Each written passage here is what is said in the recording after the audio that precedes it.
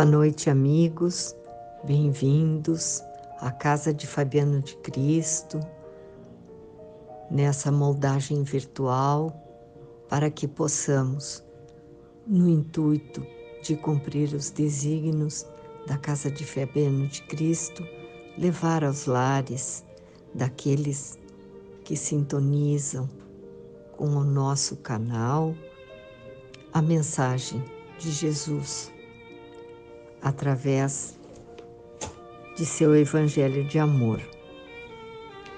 Neste final de tarde, início de noite, fica-nos o convite para a leitura do capítulo 15, Fora da caridade não há salvação.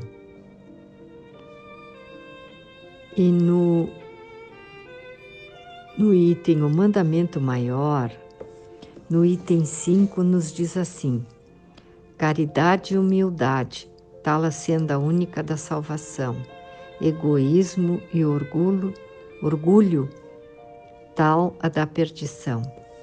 Esse princípio se acha formulado nos seguintes precisos termos: amarás a Deus de toda a tua alma e a teu próximo como a ti mesmo. Toda a lei e os profetas se acham inscritos nesses dois mandamentos. E para que não haja equívoco sobre a interpretação do amor de Deus e do próximo, acrescenta: e aqui está o segundo mandamento, que é semelhante ao primeiro, isto é, que não se pode verdadeiramente amar a Deus sem amar o próximo, nem amar o próximo sem amar a Deus. Logo, tudo o que se faça contra o próximo, o mesmo é fazê-lo contra Deus. Não podendo amar a Deus sem praticar a caridade para com o próximo, todos os deveres do homem se resumem nessa máxima: fora da caridade não há salvação. E aí nos vem esse belíssimo, digamos que, poema escrito por Paulo na explicação do que é necessidade da caridade. E assim nos relata Paulo: ainda que eu falasse todas as línguas dos homens e a língua dos próprios anjos, se eu não tiver caridade, serei como bronze que soa e um símbolo que retine. Ainda quando tivesse o dom da profecia, que penetrasse todos os mistérios e tivesse perfeita ciência de todas as coisas, ainda quando tivesse toda a fé possível, até a ponto de transportar montanhas, se não tiver caridade, nada sou. E quando houvesse distribuído os meus bens para alimentar os pobres, houvesse entregado meu corpo para ser queimado, se não tivesse caridade, tudo isso de nada serviria. A caridade é paciente, branda e benfazeja. A caridade não é injubilosa, não é temerária nem precipitada, não se enche de orgulho, não é desdenhosa, não cuida de seus interesses, não se agasta nem se azeda com coisa alguma, não suspeita mal, não se rejubila com a injustiça, mas se rejubila com a verdade. Tudo suporta, tudo crê, tudo espera, tudo sofre. Agora, estas três virtudes, a fé, a esperança e a caridade, permanecem, mas dentre elas, a mais excelente é a caridade. Esse texto foi retirado da primeira epístola de Paulo aos Coríntios, capítulo 13, versículo 1, de 1 a 7 e 13. De tal modo compreendeu Paulo esta grande verdade que disse: quando mesmo eu tivesse a língua dos anjos, quando tivesse o dom da profecia que penetrasse todos os mistérios, quando tivesse toda a fé possível até o ponto de transportar montanhas, se não tiver caridade, nada sou. Dentre essas três virtudes, a fé, a esperança e a caridade, a mais excelente é a caridade. Coloca, assim, sem equívoco, a caridade acima até da fé. É que a caridade está ao alcance de toda a gente, do ignorante como do sábio, do rico como do pobre, e independente de qualquer crença particular. Faz mais, define a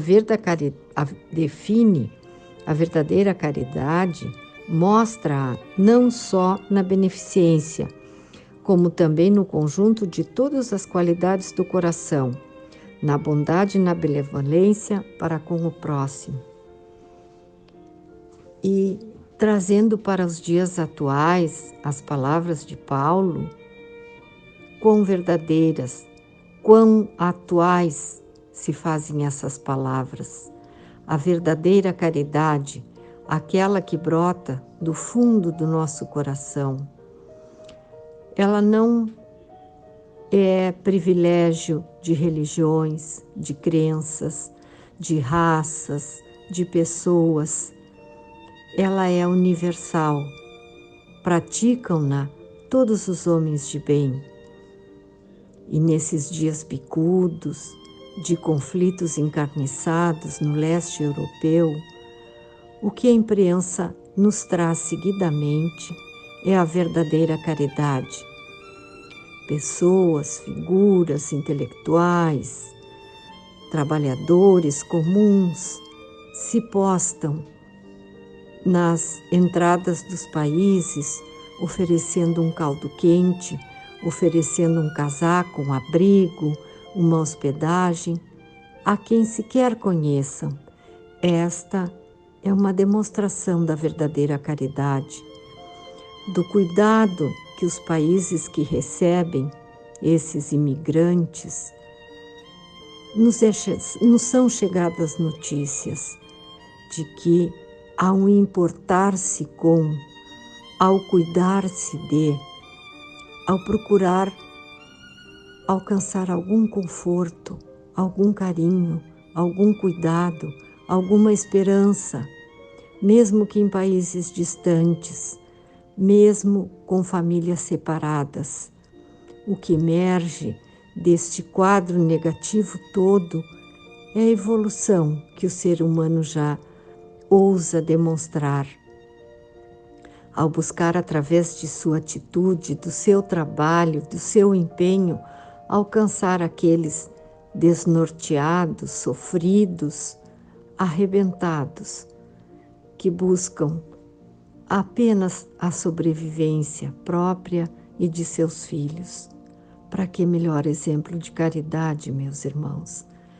Que esta verdadeira caridade se espalhe pelo mundo inteiro e alcance os corações e as mentes dos governantes, para que, num gesto de humildade, pensem em primeiro lugar no seu próximo, depois nas suas coisas, olvidem as suas vaidades, esqueçam, deneguem os seus orgulhos e pratiquem a caridade, ensinada constantemente por Jesus e transcrita até os nossos dias pelos evangelistas, pelos discípulos do Mestre amado.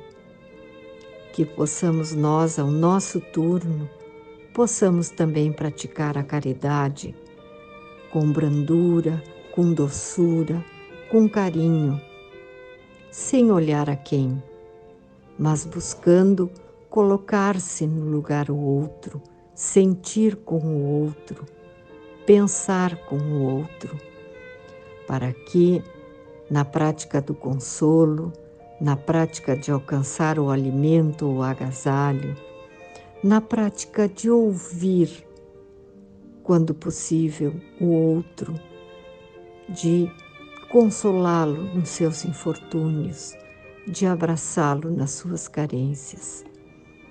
Esta é uma de nossas missões na prática do verdadeiro Espiritismo, ensinado por Jesus, codificado por Kardec e exemplificado por tantos.